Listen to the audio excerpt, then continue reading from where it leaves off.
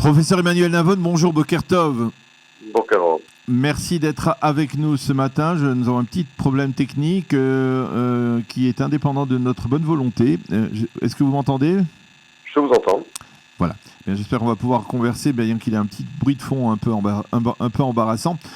Professeur Emmanuel Navon, je voudrais qu'ensemble nous parlions de l'actualité brûlante, c'est-à-dire des déclarations de Benyamin Netanyahou hier soir devant le groupe parlementaire du Likoud sur la confirmation, on va dire, du processus d'annexion ou d'instauration de la souveraineté israélienne sur la vallée du Jourdain et une grande partie des implantations qui devrait, selon Netanyahou, être débuté au 1er juillet. Alors, vous avez été surpris par cette déclaration, surtout après la visite de Mike Pompeo il y a 2 semaines en Israël ? Non, je n'ai pas été surpris. Cela figure dans les accords de coalition entre le Likoud et le parti bleu et blanc. Comme vous l'avez rappelé, Netanyahou en a parlé avec Mike Pompeo lors de sa récente visite en Israël. Je crois que Netanyahou a clairement dit qu'il avait l'intention d'appliquer la loi israélienne, la souveraineté israélienne sur la vallée du Jourdain et sans doute les blocs, ce qu'on appelle les blocs d'implantation. Est-ce qu'il ira jusqu'au bout ? On est en droit de se poser la question puisqu'on sait qu'il y a quand même des grosses divisions au sein de l'organisation des maires de Judée-Samarie. Certains s'opposent à cette annexion et d'autres la soutiennent. Pourquoi ils s'y opposent ? Parce que cela impliquerait d'accepter le plan Trump qui parle, entre autres, d'un État palestinien démilitarisé et d'échanges territoriaux. Et d'ailleurs, c'est une répartition dans leur opposition, c'est une répartition entre, on va dire, Yamina qui siège aujourd'hui dans l'opposition et le Likoud, parce qu'il y a certains comme Yossi Dagan qui sont proches de Benyamin Netanyahou, qui sont des militants du Likoud. La répartition, elle est comme cela, on peut le dire, au niveau de l'opposition.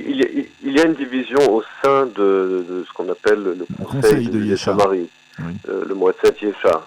Vous avez rappelé Yossi Dagan, il y a également le président du Moatzet Yesha qui, eux, s'opposent au plan Trump, puisque le plan Trump implique, comme je l'ai dit, un État palestinien certes démilitarisé, mais un État palestinien et des échanges territoriaux. D'autres maires, en particulier Oded Ravivi, le maire d'Efrat, soutiennent le plan Trump. Et donc Netanyahou est conscient de cette division interne, et je vous rappelle que aussi bien Al-Khayami, le président du Moatzet Yesha, que Yossi Dagan sont tous des membres du Likoud. Donc cette division elle existe au sein du Likoud. Oded Ravivi lui-même est membre du Likoud. Donc tous ces maires de Judée-Samarie, la plupart sont également membres du Likoud, et il y a une véritable division interne entre eux. Alors comment vous expliquez cette déclaration de Netanyahou de ne pas rater cette opportunité alors qu'on sait qu'elle provoque déjà des remous, on le voit du côté des Palestiniens qui ont cessé leur coordination sécuritaire, on le voit en Europe en particulier, et même donc, comme je le disais, aux États-Unis, où on a le sentiment que d'une manière ou d'une autre on voudrait peut-être profiter, si elle devait intervenir, cette procédure, profiter peut-être de la proximité des élections pour les faire peut-être aux alentours de l'automne comme cela. Il ne faut pas oublier qu'il y avait une opposition similaire lorsque les États-Unis ont transféré leur ambassade à Jérusalem. On nous avait à l'époque parlé d'un embrasement du Proche-Orient, de la fin du monde avec l'autorité palestinienne, de sanctions européennes, etc. Tout cela n'a pas eu lieu. Il y avait des menaces similaires et puis la décision a été prise. Je pense que le contexte aujourd'hui est similaire en ce sens. Y compris du côté américain, parce qu'à l'époque, c'était Donald Trump qui avait poussé, on va dire, à la reconnaissance de Jérusalem, au transfert de l'ambassade. Et or là, on a le sentiment quelque part que si c'est l'approche, par exemple, si l'approche dominante est celle de Jared Kushner, qui est très proche du président, eh bien c'est plutôt une approche modérée qui veut un accord, qui veut une annexion d'un accord commun ou pas de manière unilatérale en tout cas.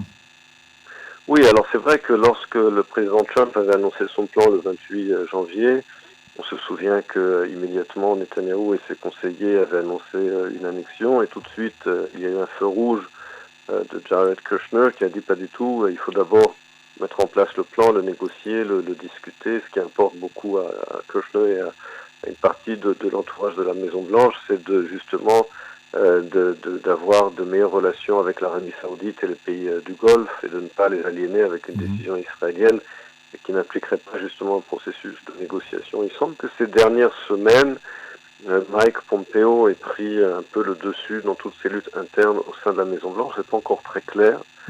Mike Pompeo semble, je dis bien semble, avoir pris le dessus, mais cela n'est pas clair à 100%. Et puis n'oubliez pas que avec une approche plus militante, vous voulez dire, c'est-à-dire plus favorable à Israël. Une approche plus favorable à Israël.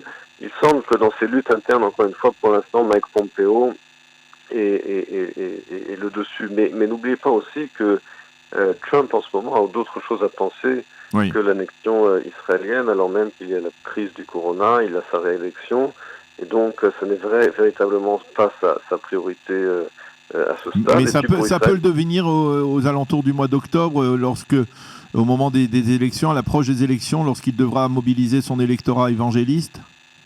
Alors, pour son électorat évangéliste, oui, c'est-à-dire que de toute façon, aussi bien sa décision de transférer l'ambassade à Jérusalem que le plan du siècle, etc., bien sûr qu'il y a le rôle des évangélistes, mais ces évangélistes, ils sont dans sa poche de toute façon, ils ne vont pas voter pour les démocrates. Et donc la question se posera pour Trump en fonction de sa situation dans les sondages. Est-ce qu'il faudra mieux pour lui se focaliser sur son électorat à lui, les évangélistes, les ouvriers et ce qu'on appelle les cols bleus aux États-Unis, ou bien essayer de ratisser plus large pour prendre une partie de l'électorat de Joe Biden. Et donc Trump prendra sa décision en fonction de son état électoral, et donc cela influencera sans doute également son positionnement vis-à-vis d'Israël. Alors Emmanuel Nawal, je voudrais qu'on revienne avec vous sur un anniversaire qui est presque passé inaperçu, parce que bien dimanche on parlait beaucoup du procès de Benjamin Netanyahou, de l'ouverture de ce procès. Il s'agit bien entendu du 20e anniversaire de la sortie de l'armée israélienne du sud Liban. Il y a eu de nombreux reportages qui ont été réalisés, en tout cas sur les chaînes des télévisions israéliennes, des interviews avec différentes personnalités, des gens comme Ehud Barak. Aujourd'hui, avec le recul du temps, comment vous mesurez, vous en tant qu'expert en relations internationales, l'impact de cette sortie et surtout de la manière dont les forces israéliennes se sont repliées à l'intérieur du territoire israélien? L'impact, elle a été surtout sur la conférence de Camp David qui s'est tenue peu après le retrait unilatéral du Liban. J'en parle et je le montre dans mon prochain livre qui sort sur la politique étrangère d'Israël. Lorsque Israël est parti du Liban, la queue entre les jambes, donc à cette époque, au mois de mai-juin, et bien juste après, il y a la conférence de Camp David, convoquée par le président Clinton pour tenter d'arriver à un accord entre Israël et les Palestiniens. Et le message est très clair, le message de Nasrallah est très clair, c'est de dire aux Palestiniens pourquoi négocier avec Israël alors que vous pouvez les faire fuir avec suffisamment de violence. Et Arafat le dit lui-même à la conférence de Camp David, pourquoi m'avez-vous amené à cette conférence pour négocier avec Israël et pour m'humilier alors que le Hezbollah vient d'obtenir par la violence ce que vous voulez que moi j'obtienne par les négociations. Ça a donc été perçu comme une marque de faiblesse, on va dire, de la part d'Israël. Non seulement ça a été perçu comme une marque de faiblesse, mais ça a été un des facteurs majeurs de l'échec de la conférence de Camp David, de l'échec des négociations avec des Palestiniens et surtout du déclenchement de la deuxième intifada, puisqu'Arafat était convaincu qu'en déclenchant la violence, eh bien, elle pourrait obtenir ce que Nasrallah avait obtenu au Sud-Liban. Donc les conséquences ont été très graves.